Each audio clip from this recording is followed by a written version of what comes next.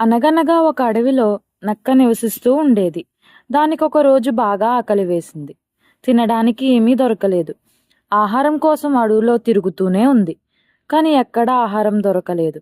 అలా తిరుగుతూ తిరుగుతూ అలసిపోయి ఒక చెట్టు దగ్గర కూర్చుని సేద తీరుతుంది. ఇంతలో దానికి చాలా దూరాన ఒక ద్రాక్ష తోట కంటపడుతుంది.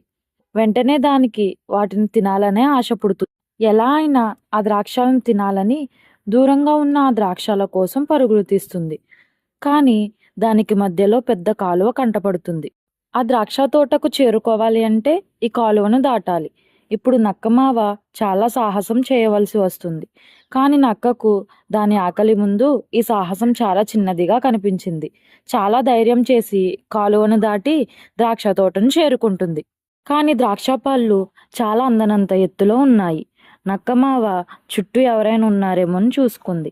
ఎవరూ లేకపోవడంతో ద్రాక్ష పండ్లను అందుకోవాలనే ఆతృతతో పైకి ఎగిరింది. కానీ అందుకోలేకపోయింది. మళ్ళీ ప్రయత్నించింది. అయినా అవి అందలేదు. కానీ ఎలా అయినా తినాలనే ఆశ మాత్రం ఉంది. నక్క మళ్ళీ ప్రయత్నించింది. కానీ అవి అందనంత ఎత్తుగా ఉన్నాయి. నక్క తన ఓటమిని అంగీకరించడానికి సిద్ధంగా లేదు. ఎలా అయినా తన ఆకలిని తీర్చుకోవాలని అనుకుంది. మళ్ళీ ఎగరటం ప్రారంభించింది. అయినా వాటిని అందుకోలేకపోయింది. అప్పటికే నక్కమావ చాలా అలసిపోయాడు. ఎగరటం వల్ల చాలా నీరసం వచ్చింది. ఇంకా విసుగుతో తన ప్రయత్నాన్ని ఆపి ముందుకు సాగింది. నక్కమావ అక్కడి నుండి వెళ్ళిపోతూ ఇలా అనుకుంది. నాకు నిజంగా ఆ ద్రాక్ష పళ్ళు తినాలని ఏమాత్రం లేదు. అవి చూడటానికి బాగానే ఉంటాయి, కానీ ఖచ్చితంగా అవి పుల్లగానే ఉంటాయి. అలాంటి పుల్లటి ద్రాక్ష పళ్ళు నాకెందుకు? తింటే తీయటి ద్రాక్ష పండ్లను తినాలి, లేదంటే లేదు. పుల్లని ద్రాక్ష నాకు అవసరం లేదు అని అనుకుంటూ అక్కడి నుండి వెళ్ళిపోయింది.